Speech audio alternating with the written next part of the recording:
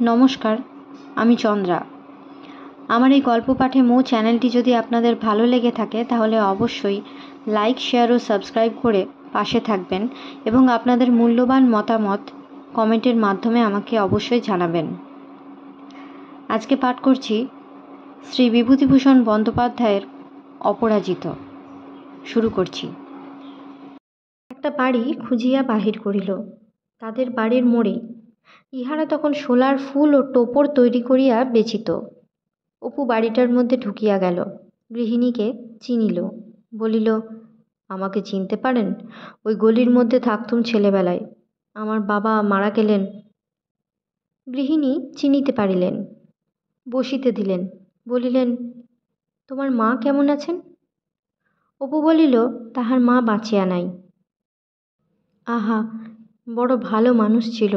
তোমার মার হাতে সোডার বোতল খুলতে গিয়ে হাত কেটে গিয়েছিল, মনে আছে? অপু হাসিয়া বলিল, খুব মনে আছে, বাবার অসুখের সময়। গৃহিণীর ডাকে 32-33 বছরের বিধবা মেয়ে আসিল, বলিলেন, একে মনে আছে? আপনার মেয়ে না? উনি কি জন্য রোজ বিকেলে জানালার ধারে খাটে শুয়ে কাঁদতেন, তা মনে আছে। ঠিক বাবা, তোমার সব মনে আছে দেখছি। আমার প্রথম ছেলে তখন বছরখানেক মারা গিয়েছে, তোমরা যখন এখানে এলে, তার জন্যই কাঁদত। আহা, সে ছেলে আজ বাঁচলে 40 বছর বয়স হতো। একবার মণিকর্ণিকার ঘাটে গেল, পিতার নশ্বর দেহের রেণু মেশানো পবিত্র মণিকর্ণিকা। বৈকালে বহুক্ষণ দশাশ্বমেধ ঘাটে বসিয়া কাটাইল। ওই সেই শীতলা মন্দির, ওরই সামনে বাবার কত কথা হইত সে সব দিনে। সঙ্গে সঙ্গে সেই বৃদ্ধ বাঙাল কথক ঠাকুরের কথা মনে হইয়া অপুর মন উদাস হইয়া গেল। কোন জাদু বলে তাহার বালক হৃদয়ের দুর্লভ স্নেহটুকু সেই বৃদ্ধ চুরি করিয়াছিল। এখন এতকাল পরেও তাহার উপরে অপুর সে স্নেহ অক্ষুণ্ণ আছে, আজ তাহা বুঝিল। পরদিন সকালে দশাশ্বমেধ ঘাটে সে স্নান করিতে নামিতেছে, হঠাৎ তাহার চোখে পড়িল একজন বৃদ্ধা একটা পিতলের ঘটিতে গঙ্গা জল ভর্তি করিয়া লইয়া স্নান সারিয়া উঠিতেছেন। চাহিয়া চাহিয়া দেখিয়া সে চিনিল, কলিকাতার সেই জ্যাঠাইমা, সুরেশের মা। বহুকাল সে আর জ্যাঠাইমাদের বাড়ি যায় নাই। সেই নববর্ষের দিনটার অপমানের পর আর কখনো না। সে আগাইয়া গিয়া পায়ের ধুলা লইয়া প্রণাম করিয়া বলিল, চিনতে পারেন জ্যাঠাইমা? আপনারা কাশীতে আছেন নাকি আজকাল? বৃদ্ধা খানিকক্ষণ ফ্যাল ফ্যাল করিয়া চাহিয়া থাকিয়া বলিলেন, নিশ্চিন্তিপুরের হরি ঠাকুরপোর ছেলে না? এসো এসো, চিরজীবী হও বাবা। আর বাবা চোখেও ভালো দেখি নে, তার উপর দেখো এই বয়সে একা বিদেশে পড়ে থাকা।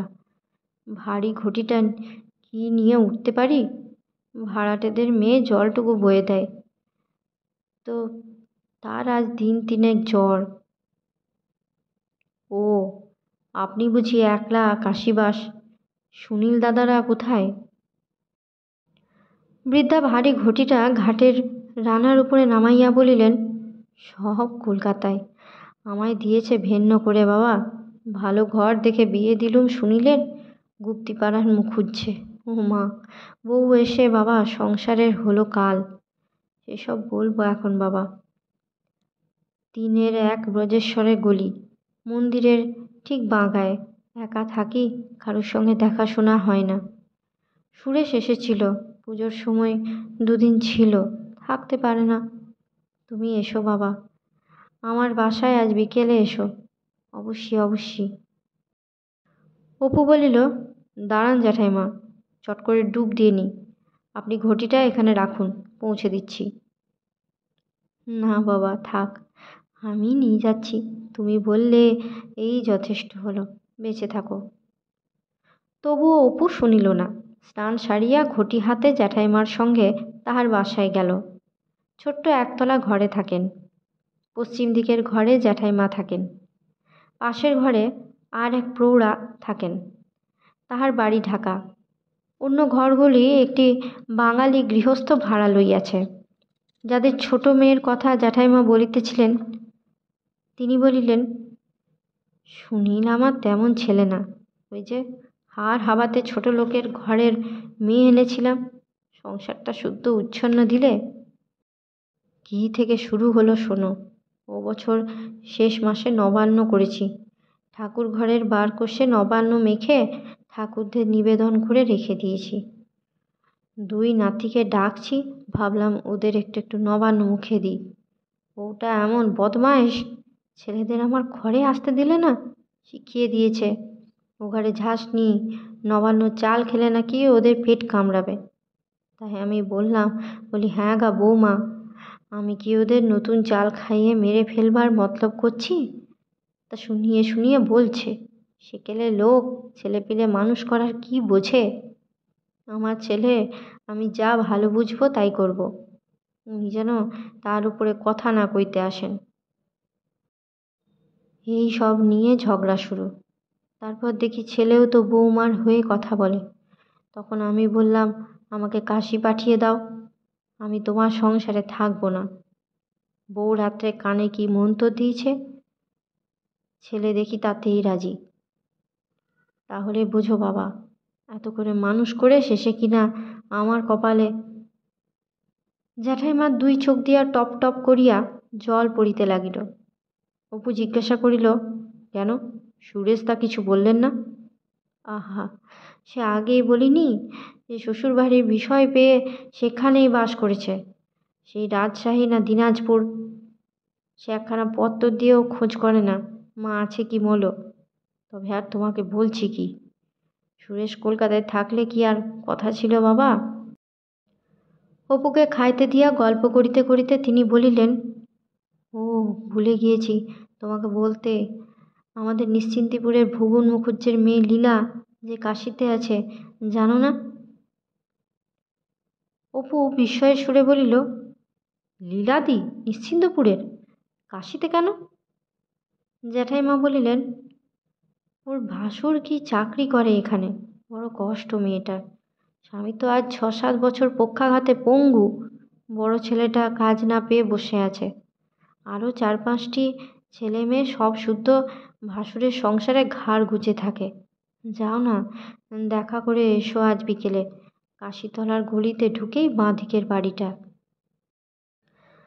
বাল্যজীবনের সে রানুদির বোন লীলাদি, নিশ্চিন্দিপুরের মেয়ে। বৈকাল হইতে অপুর দেরি সহিল না। জ্যাঠাইমার বাড়ি হইতে বাহির হইয়াই সেই কাশিতলার গলি খুঁজিয়া বাহির করিল সরু ধরনের তেতলা বাড়িটা। সিঁড়ি যেমন সংকীর্ণ তেমনি অন্ধকার। এত অন্ধকার যে পকেট হইতে দেশলাইয়ের কাঠি বাহির করিয়া না জ্বালাইয়া সে এই বেলা 2টার সময় পথ খুঁজিয়া পাইতেছিল না। একটা ছোট দুয়ার পার হইয়া সরু একটা দালান। একটি 10-12 বছরের ছেলে প্রশ্নের উত্তরে সে বলিল, এখানে কি নিশ্চিন্দিপুরের লীলাদি আছেন? আমি তার সঙ্গে দেখা করতে এসেছি, বলো গিয়ে। অপু কথা শেষ না হইতে পাশের ঘর হইতে নারীকণ্ঠের প্রশ্ন শোনা গেল, কে রে খোকা? সঙ্গে সঙ্গে একটি পাতলা গড়নের গৌরবর্ণ মহিলা দরজার চৌকাঠে আসিয়া দাঁড়াইলেন। পরনে আধময়লা শাড়ি, হাতে শাঁখা, বয়স বছর 37, মাথায় এক রাশ কালো চুল। অপু চিনিল।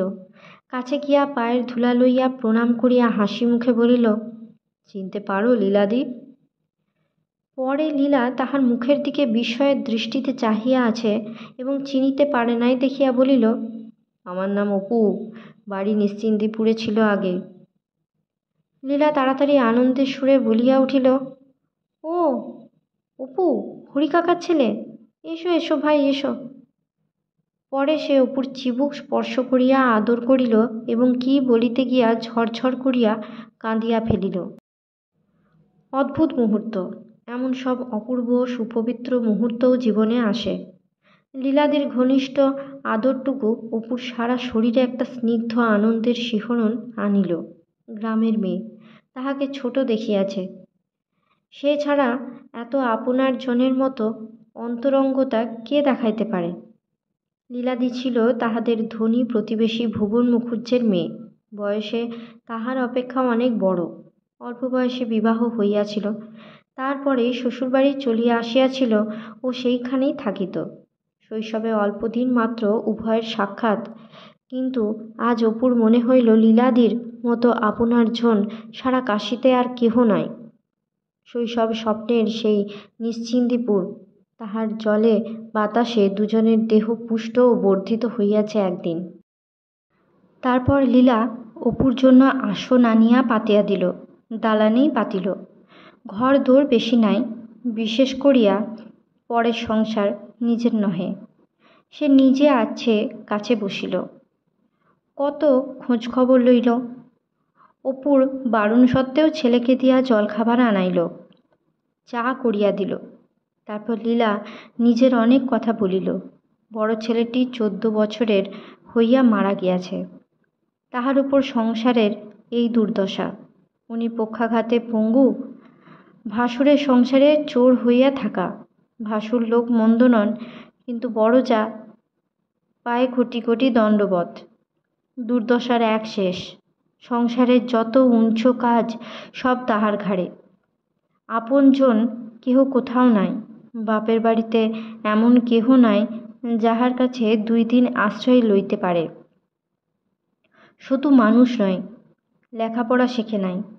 গ্রামে মুদির দোকান করে, পৈতৃক সম্পত্তি একে একে বেচিয়া খাইতেছে।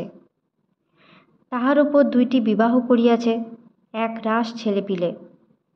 তাহার নিজেরই চলে না, লীলা সেখানে আর কি করিয়া থাকে? অপু বলিল, 2টো বিয়ে কেন? পেটে বিদ্যে না থাকলে যা হয়। প্রথম পক্ষের বউয়ের বাপের সঙ্গে কি ঝগড়া হলো, তাকে জব্দ করার জন্য আবার বিয়ে করলে। এখন নিজেই জব্দ হচ্ছেন, 2 বউ ঘাড়ে, তার উপর 2 বউয়ের ছেলেপিলে, তার উপর রানুও ওখানেই কিনা। রানুদি ওখানে কেন? তারও কপাল ভালো নয়, আজ বছর 7 আর বিধবা হয়েছে। তার আর কোনো উপায় নেই, শত্রুর সংসারেই আছে। শ্বশুরবাড়িতে এক দেওর আছে, মাঝে মাঝে নিয়ে যায়, বেশিরভাগ নিশ্চিন্তিপুরেই থাকে। অপু অনেকক্ষণ ধরিয়া রানুদির কথা জিজ্ঞাসা করিবে ভাবিতেছিল, কিন্তু কেন প্রশ্নটা করিতে পারে নাই সেই জানে। লীলার কথার পরে অপু অন্যমনস্ক হইয়া গেল। হঠাৎ লীলা বলিল, দেখ ভাই অপু, নিশ্চিন্তিপুরের সেই বাঁশবাগানের ভিটে এত মিষ্টি লাগে, কি মধু যে মাখানো ছিল তাতে। ভেবে দেখ, মা নেই, বাবা নেই, কিছু তো নেই, তবুও তার কথা ভাবি। সেই বাপের ভিটে আজ দেখিনি 11 বছর। সেবার সতুকে চিঠি লিখলাম, উত্তর দিলে এখানে কোথায় থাকবে, থাকবার ঘর তোর নেই। পূবের দালান ভেঙে পড়ে গিয়েছে, পশ্চিমের কুঠুরি দুটোও নেই, ছেলেপিলে কোথায় থাকবে? এইসব এক রাস ওজর। বলি থাক তবে, ভগবান যদি মুখ তুলে চান কোনো দিন দেখব, নয়তো বাবা বিশ্বনাথ তো চরণে রেখেইছেন। আবার লীলা ঝরঝর করিয়া কাঁদিয়া ফেলিল। অপু বলিল, ঠিক বলেছ লীলাদি, আমারও গায়ের কথা এত মনে পড়ে। সত্যি কি মধু মাখানো ছিল, তাই এখন ভাবি। লীলা বলিল, পদ্মপাতায় খাবার খাসনি কতদিন বল দেখি? এসব দেশে শালপাতায় খাবার খেতে খেতে পদ্মপাতার কথা ভুলেই গিয়েছি না। আবার এক একদিন এক একটা দোকানে কাগজে খাবার দেয়। সেদিন আমার মেজ ছেলে এনেছে, আমি বলি দূর দূর, ফেলে দিয়াই। কাগজে আবার মিষ্টি খাবার কেউ দেয় আমাদের দেশে? অপুর সারা দেহ স্মৃতির পুলকে যেন অবশ হইয়া গেল। লীলাদি মেয়ে মানুষ কিনা, এত খুঁটিনাটি জিনিসও মনে রাখে। ঠিকই বটে, সেও পদ্মের পাতায় কত কাল খাবার খায়নি, ভুলিয়াই গিয়াছে কথাটা। তাহাদের দেশে বড় বড় বিল পদ্মপাতা সস্তা, শালপাতার রেওয়াজ ছিল না। নিমন্ত্রণ বাড়িতেও পদ্মপাতাতে ব্রাহ্মণ ভোজন হইত। লীলাদির কথায় আজ আবার সব মনে পড়িয়া গেল। লীলা চোখ মুছিয়া জিজ্ঞাসা করিল, তুই কতদিন যাসনি সেখানে অপু? 23 বছর? কেন কেন? আমি না হয় মেয়ে মানুষ, তুই তো ইচ্ছে করলে যেতে। তা নয় লীলাদি, প্রথমে ভাবতুম বড় হয়ে যখন রোজগার করব, মাকে নিয়ে আবার নিশ্চিন্তিপুরে ভিটেতে গিয়ে বাস করব। মার বড় সাধ ছিল, মা মারা যাওয়ার পরেও ভেবেছিলুম, কিন্তু তারপরে স্ত্রী বিয়োগের কথাটা অপু বয়োজ্যেষ্ঠা লীলাদির নিকট প্রথমটা তুলিতে পারিল না। পরে বলিল, লীলা বলিল, বউ কতদিন বেঁচে ছিলেন? অপু লাজুক সুরে বলিল, বছর 4। তা এ তোমার অন্যায় কাজ ভাই, তোমার এ বয়সে বিয়ে করবে না কেন? তোমাকে তো এতটুকু দেখেছি, এখনও বেশ মনে আছে। ছোট্ট পাতলা টুকটুকে ছেলেটি একটি কঞ্চি হাতে নিয়ে আমাদের ঘাটের পথের বাঁশতলাটায় বেরিয়ে বেড়াচ্ছ। কালকের কথা জানো সব। না না, ও কি, ছি, বিয়ে করো ভাই। খোকাকে কলকাতায় রেখে এলে কেন? দেখতাম একবারটি। লীলা উঠিতে দেয় না, অপুও উঠিতে চায় না। লীলার স্বামীর সঙ্গে আলাপ করিল, ছেলে মেয়েগুলিকে আদর করিল। উঠিবার সময় লীলা বলিল, কাল আসিস অপু, নেমন্তন্ন রইল, এখানে দুপুরে খাবি। পরদিন নেমন্তন্ন রাখিতে গিয়া কিন্তু অপু লীলাদির পরাধীনতা মর্মে মর্মে বুঝিল। সকাল হইতে সমুদয় সংসারের রান্নার ভার একা লীলাদির ওপর। কৈশোরে লীলাদি দেখিতেছিল খুব ভালো, এখন কিন্তু সে লাবণ্যের কিছুই অবশিষ্ট নাই।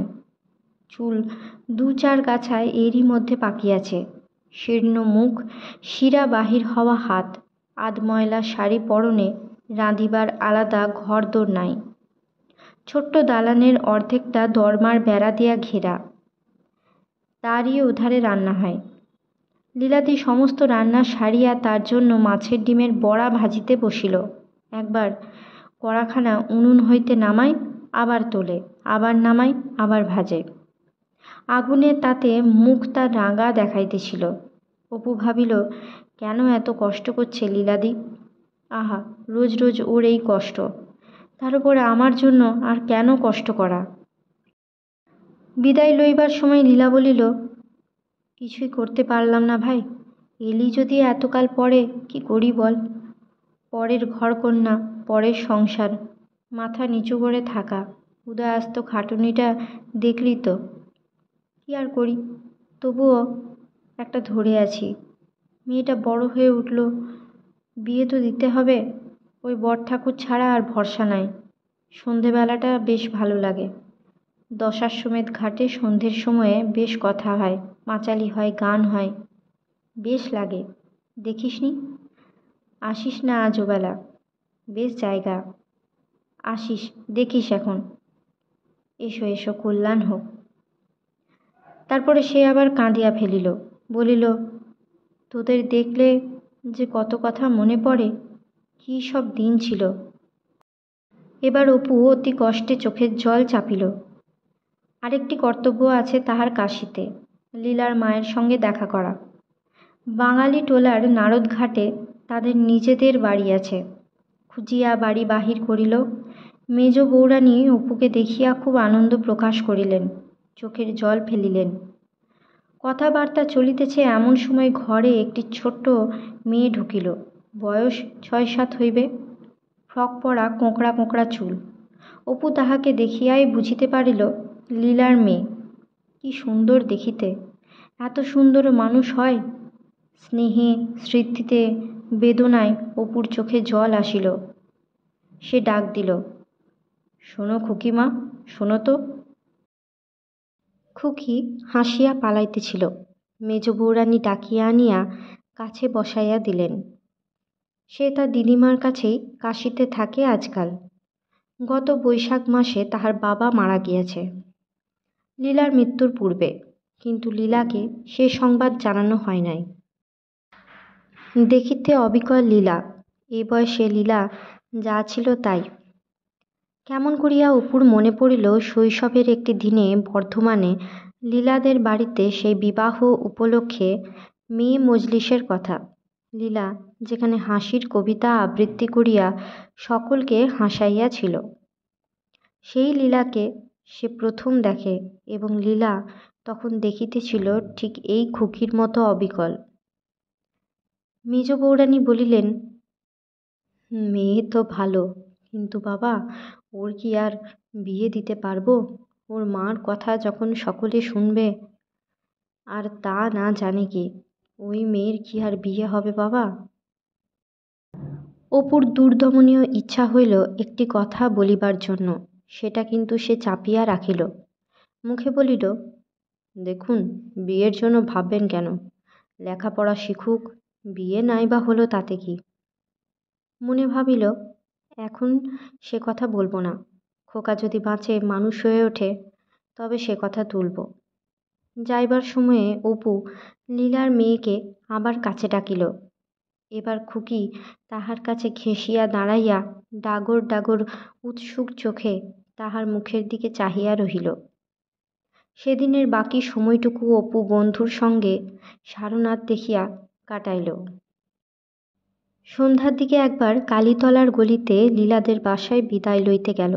কাল সকালেই এখান হইতে রওনা হইবে। নিশ্চিন্দিপুরের মেয়ে, শৈশব দিনের এক সুন্দর আনন্দ মুহূর্তের সঙ্গে লীলাদির নাম জড়ানো। বারবার কথা কহিয়াও যেন তাহার তৃপ্তি হইতেছিল না। আসিবার সময় অপু মুগ্ধ হইল লীলাদির আন্তরিকতা দেখিয়া। তাহাকে আগাইয়া দিতে আসিয়া সে নিচে নামিয়া আসিল। আবার চিবুক ছুঁইয়া আদর করিল, চোখের জল ফেলিল, যেন মা কি মায়ের পেটের বড় বোন। কতগুলি কাঠের খেলনা হাতে দিয়া বলিল, খোকাকে দিস, তার জন্যে কাল কিনে এনেছি। অপু ভাবিল, কি চমৎকার মানুষ লীলাদি। আহা, পরের সংসারে কি কষ্টটাই না পাচ্ছে। মুখে কিছু বললুম না।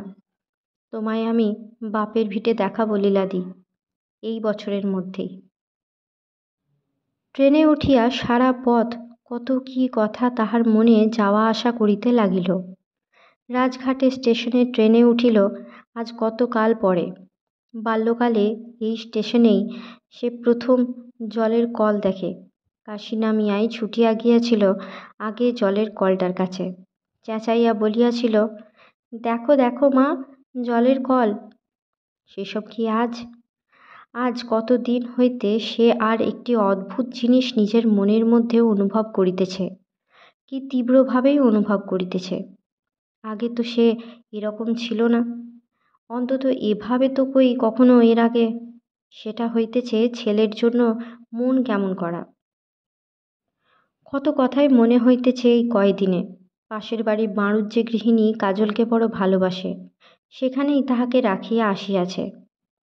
কখনো মনে হইতেছে কাজল যে দুষ্টু ছেলে, হয়তো গলির মোড়ে দাঁড়াইয়াছিল, কোনো বদমাইশ লোকে ভুলাইয়া কোথাও লইয়া গিয়াছে, কিংবা হয়তো চুপি চুপি বাড়ি হইতে বাহির হইয়া রাস্তা পার হইতে যাইতেছিল, মোটর চাপা পড়িয়াছে। কিন্তু তাহা হইলে কি বাড়ুজ্যেরা একটা তার করিত না? হয়তো তার করিয়াছিল, ভুল ঠিকানায় গিয়া পৌঁছিয়াছে। উহাদের আলিশাবিহীন ন্যাড়া ছাদে ঘুড়ি উড়াইতে উঠিয়া পড়িয়া যায় নাই তো? কিন্তু কাজল তো কখনো ঘুড়ি ওড়ায় না। একটু আনাড়ি, ঘুড়ি ওড়ানো কাজ একেবারে পারে না। না, সে উড়াইতে যায় নাই। তবে হয়তো বাণিজ্য বাড়ির ছেলেদের দলে মিশিয়া উঠিয়াছিল। আশ্চর্য কি! আর্টিস্ট বন্ধুর কথার উত্তরে সে খানিকটা আগে বলিয়াছিল, সে জাভা, বালি, সুমাত্রা দেখিবে, প্রশান্ত মহাসাগরের দ্বীপপুঞ্জ দেখিবে, আফ্রিকা দেখিবে, ওদের বিষয় লইয়া উপন্যাস লিখিবে। সাহেবেরা দেখিয়াছে তাদের চোখে, সে নিজের চোখে দেখিতে চায়। তার মনের রং কোন রং ধরায়? ইউগান্ডার দিক দিশাহীন তৃণভূমি, কেনিয়ার অরণ্য। বুড়ো বেবুন রাত্রে কর্কশ চিৎকার করিবে। হায়েনা পচা জীবজন্তুর গন্ধে উন্মাদের মতো আনন্দে হি হি করিয়া হাসিবে। দুপুরে অগ্নিবর্ষী খর রৌদ্রে কম্পমান উত্তাপ তরঙ্গ মাঠে প্রান্তরে জনহীন বনের ধারে কতগুলি উঁচু নিচু সদা চঞ্চল বাঁকা রেখার সৃষ্টি করিবে। সিংহেরা দল পাকাইয়া ছোট কণ্টক বৃক্ষের এতটুকু ক্ষুদ্র ছায়ায় গোলাকারে দাঁড়াইয়া অগ্নিবৃষ্টি হইতে আত্মরক্ষা করে। Park national Albert wild ciliary বন। কিন্তু খোকা যে টানিতেছে আজকাল, কোনো জায়গায় যাইতে মন চায় না খোকাকে ফেলিয়া। কাজল, খোকা, কাজল, খোকা, খোকন, ও ঘুড়ি উড়াইতে পারে না, কিছু বুঝতে পারে না, কিছু পারে না, বড় নির্বোধ। কিন্তু ওর আনাড়ি মুঠাতে বুকের তার আঁকড়াইয়া ধরিয়াছে। টানিতেছে, প্রাণপণে টানিতেছে। ছোট্ট দুর্বল হাত দুটি নির্দয়ভাবে মুচড়াইয়া সরাইয়া লওয়া, সর্বনাশ, ধামা চাপা, থাকুক বিদেশ যাত্রা। ট্রেন হু হু চলিতেছে, মাঝে মাঝে আমবন, জলার ধারে লাল হাঁস বসিয়া আছে, আখের ক্ষেতে জল দিতেছে, গম কাটিতেছে। রেলের ধারের বস্তিতে উদুখালে শস্য কুটিতেছে, মহিষের পাল চড়িয়া ফিরিতেছে। বড় বড় মাঠে দুপুর গড়াইয়া গিয়া ক্রমে রোদ পড়িয়া আসিল। দূরে দূরে চক্রবাল সীমায় এক আধটা পাহাড় ঘন নীল ও কালো হইয়া উঠিতেছে। কি জানি কেন আজ কত কথাই মনে পড়িতেছে, বিশেষ করিয়া নিশ্চিন্দিপুরের কথা। হয়তো এতকাল পরে লীলাদির সঙ্গে দেখা হওয়ার জন্যই। ঠিক তাই, বহু দূরে আরেকটি সম্পূর্ণ অন্য ধরনের জীবনযাত্রা। বাঁশবনের আমবনের ছায়ায় পাখির কলকাকলির মধ্যে দিয়া, জানা অজানা বন পুষ্পের সুবাসের মধ্য দিয়া, সুখে দুঃখে বহুকাল আগে বহিত এককালে যার সঙ্গে অতি ঘনিষ্ঠ যোগ ছিল তার, আজ তা স্বপ্ন। স্বপ্ন, কতকাল আগে দেখা স্বপ্ন। গোটা নিশ্চিন্দিপুর, তার ছেলেবেলাকার দিদি, মা ও রানুদি, মাঠ, বন, ইছামতি সব অস্পষ্ট হইয়া গিয়াছে। ধোঁয়া ধোঁয়া মনে হয়, স্বপ্নের মতোই অবাস্তব। সেখানকার সব কিছুই অস্পষ্ট, স্মৃতিতে মাত্র আসিয়া দাঁড়াইয়া গিয়াছে। এই তো ফাল্গুন চৈত্র মাস, সেই বাঁশপাতা ও বাঁশের খোলার রাশি।